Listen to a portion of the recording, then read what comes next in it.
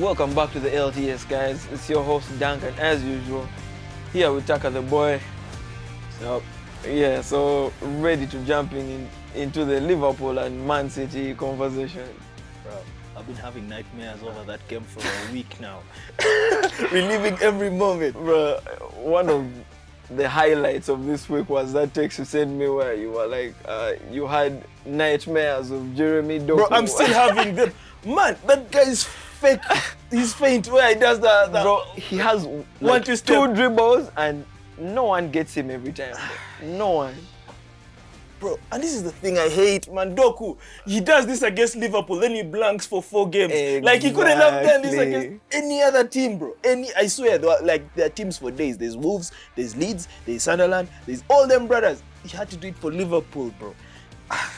What an outstanding performance from Jeremy Doku. And Guardiola, bro. Yeah. The guy was just, it's like he had finished football, man. This guy was showing he was the best guy the world has ever seen. This guy just knew he was going to get that W. Yeah. The guy was smiling from minute 1 up to 90. Yeah, to be honest, if it's your 1,000th game in management, your team surely has to show up for you.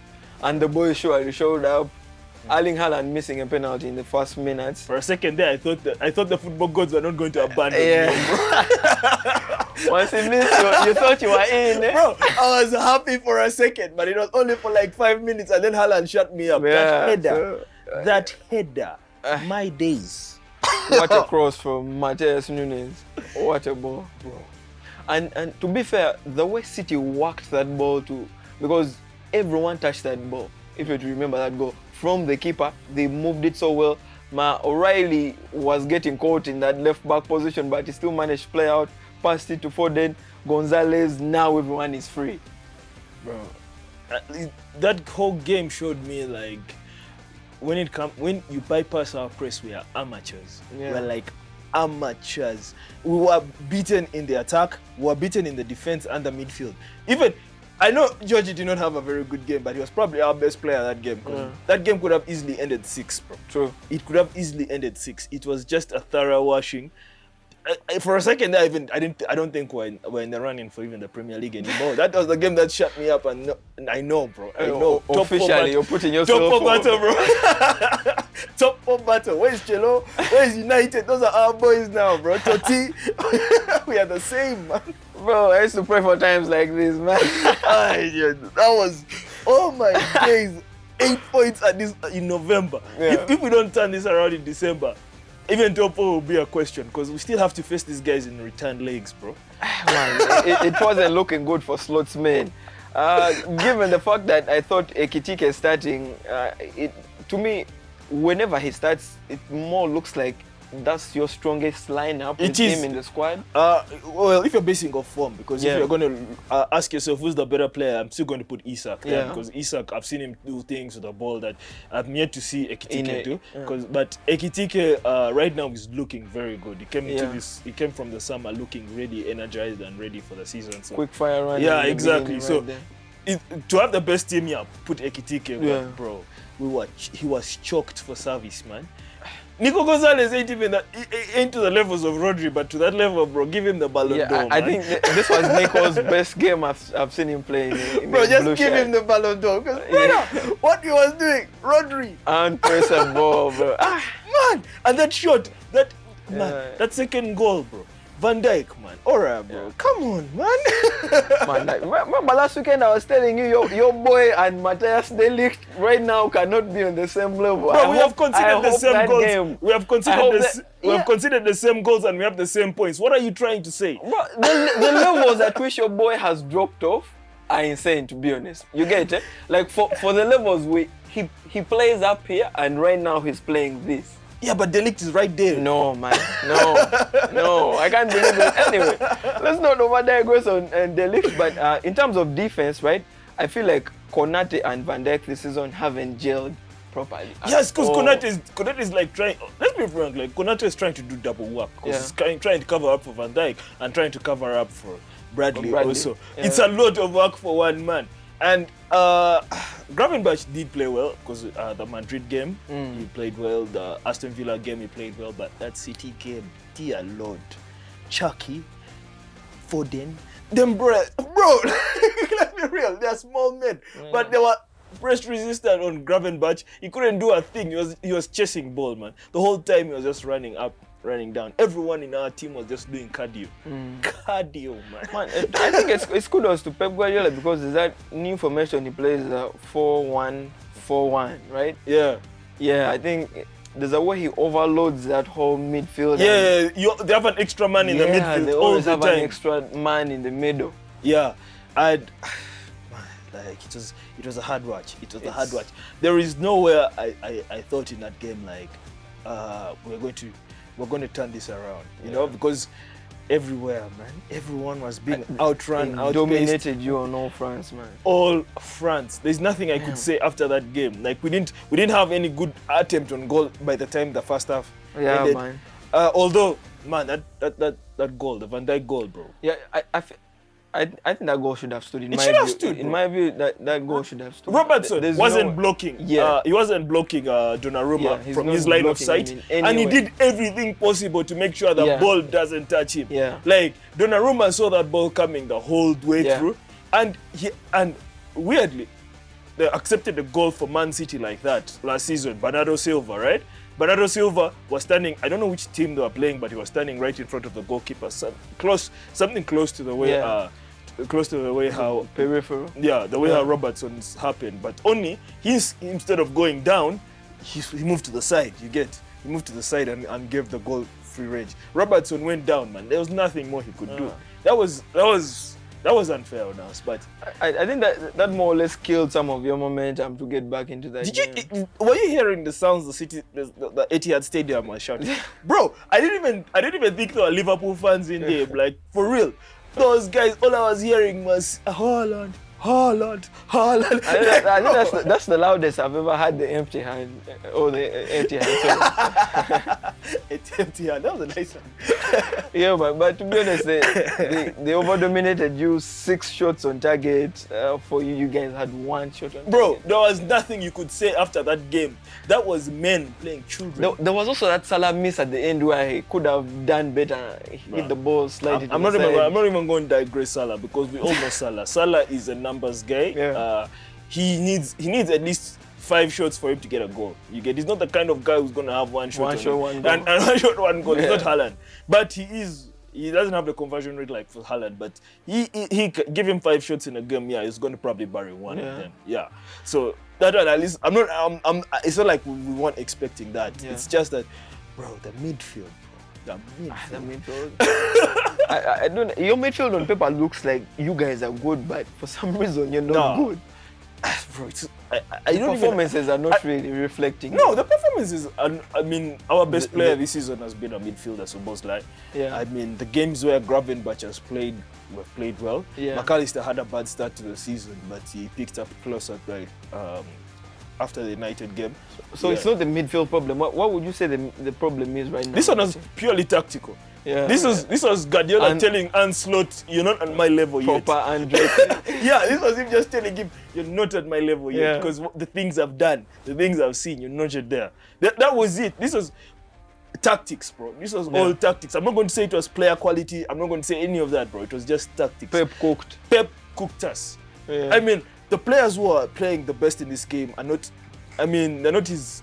bar for Haaland, obviously, but they're not his normal standout players. They're normal standout players. Yeah, it's not like Phil Foden. It's not like it is Nico Gonzalez. You're looking at Jeremy Doku. You get Mateus. Like, bro, these are the guys. Yeah, these were the guys, bro. Yeah. It was their game. Tactics just did us over, man. Everything. Interesting because I'm saying the stats here, and you guys had more possession than them. You guys have 52 and they had 48. Go run back that game. Yeah. Go run back that game, bro. The possession we had was just trying to bypass their press. Yeah. That was the possession. I mean, Van Dijk to Konate to Van Dijk to Gravenberch. Gravenberch tries to pass. That's a key one for guys who overfollow stats. You've had that, right? The possession says otherwise, but you've had from Chaka. Yeah, no.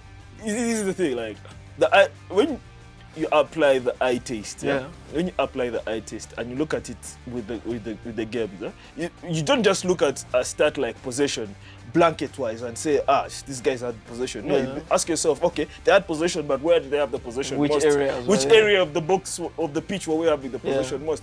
The possession we were having was in our half, bro. Because once it touches anywhere close to Szoboszlai, anywhere close to Salah, anywhere to Vats, Ekitike, the ball is gone. It's gone right there. We would have a few spells where I would probably push them a little deep, but it wouldn't last for long.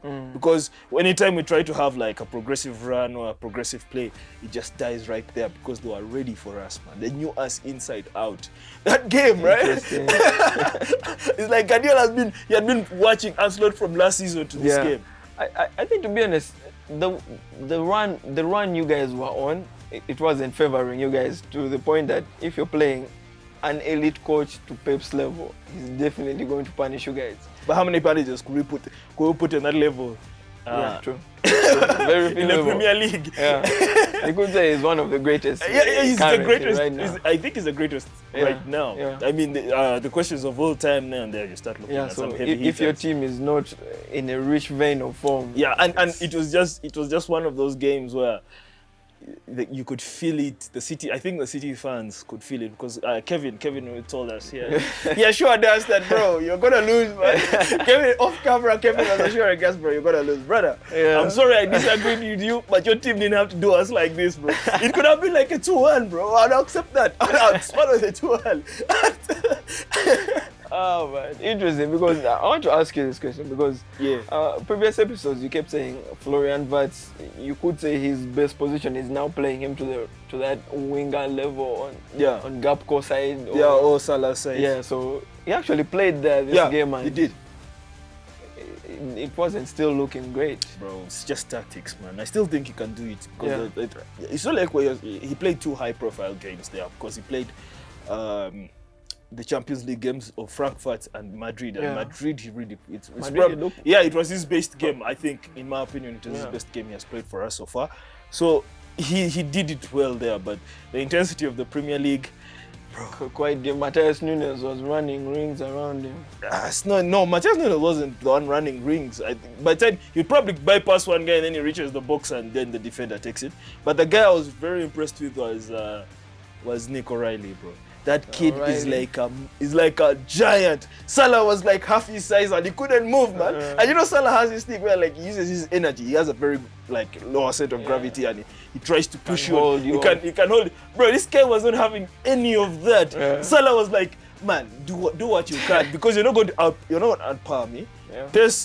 They can close band for Salah. I think he's still a bit faster, but he's an old man, bro. He's not going to push full 90 running at full speed. Exactly. Running. He's a moments player. He's a moments player. So this guy was waiting for Salah's moments and he was ready for each and every one of them. Ekitike was just waiting for provision, but no one was giving him the ball. Zero supply. The ball would get choked before it reaches him. If you can tap in the stats there, I don't know. I'd be interested to see how many touches Ekitike had, because I don't think he had that much. And he played close to 70 minutes, bro.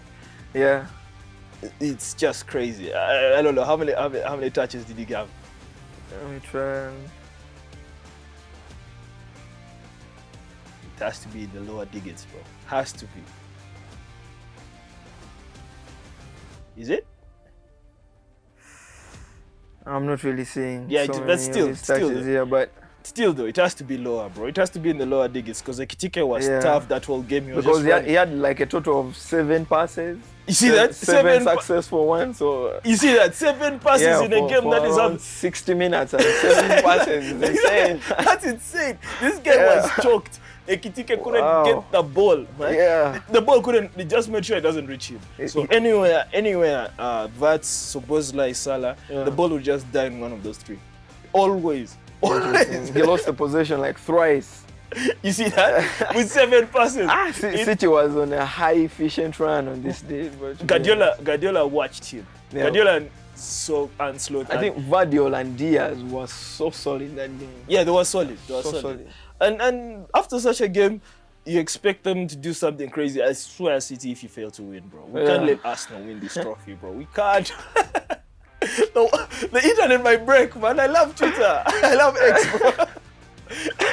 So you're clearly giving City there to go and chase Arsenal at this point. Yeah, at this point it's them, man. It's them. Yeah, I mean, my team can't even string past 2 Premier League wins, bro. We can't even get two successive back wins. Bro, we can't, man. Every team has known our blueprint now. Yeah. So I think City plays Newcastle away at the St. James Stadium the next game. Do you think they have what it takes to run past Eddie Houseman? I mean, Newcastle's not doing well right now.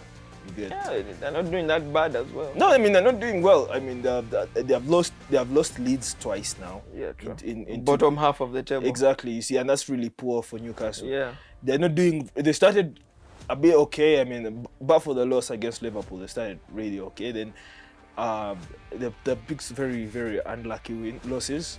Lost to West Ham their last game, I think. Yeah, they lost to West Ham. Oh, sorry, Brentford. And then you see here Brentford as well. Lost Brentford, West Ham.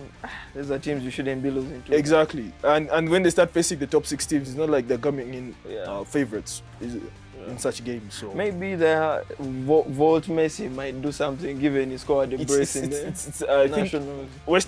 Newcastle, I probably think it's their atmosphere. Yeah. So if they can stifle the Man City players with their atmosphere, then they have a very good chance. Just don't play them at night. If City plays them at night, I'm giving it to Newcastle. Brother, that place, man, is hot. One thing about Castle, they'll outrun the opponent.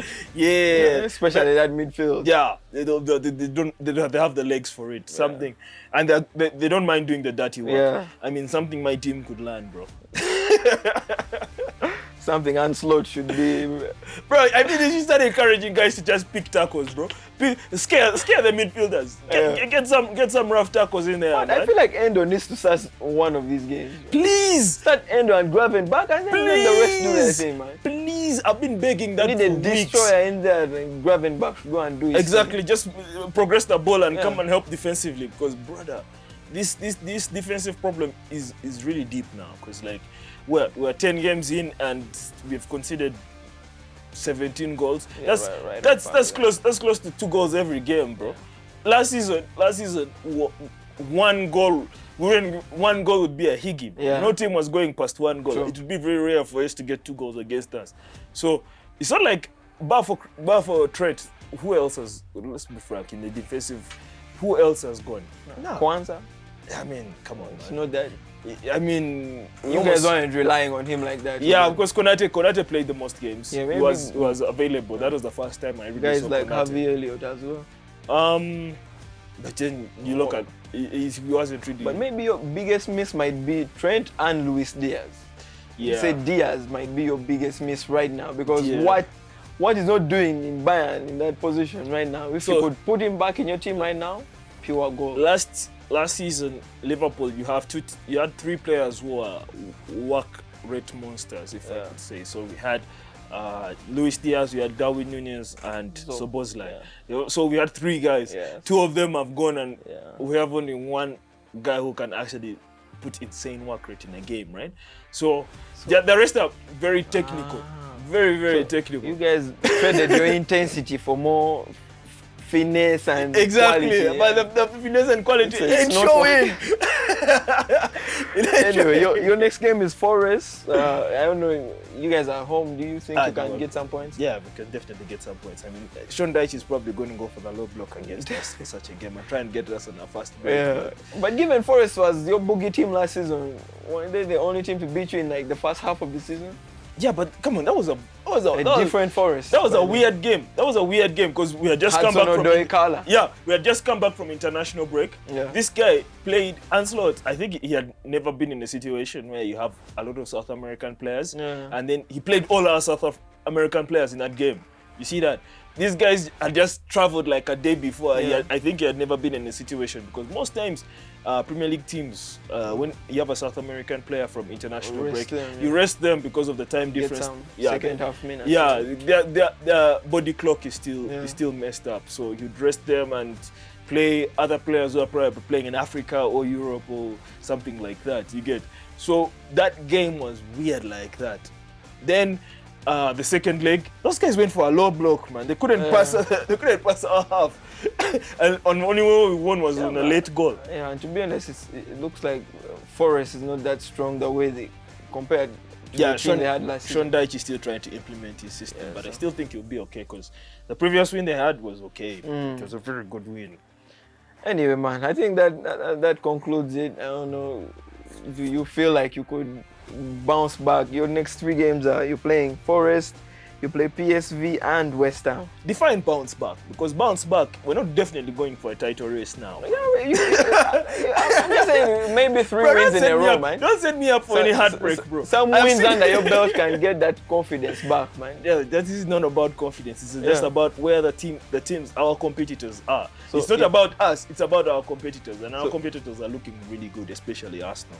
So they're looking really good. I don't think we're in the title race right now. I think at this point it's just you focusing on your next game and try and win that. That's why I'm like that's a top 4 mentality right there. So Forest you can get the 3, right? Yeah. PSV, I'm sure you can get that 3. Can get that West Ham. Yeah.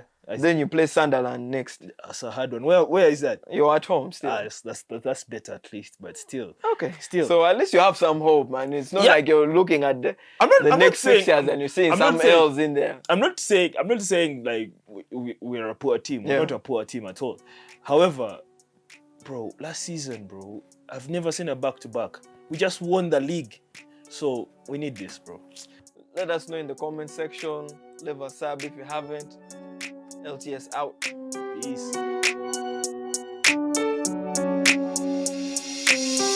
No hippity hoorah. Can we fa on my whole star? Can't say you ain't feeling this. What sensei do his thing like when you campaign to the office, the flow with the grin. You could call me the Grinch. Never thought my style would have got you this great. Now I see you with the stars. Keep your head high when the drop is.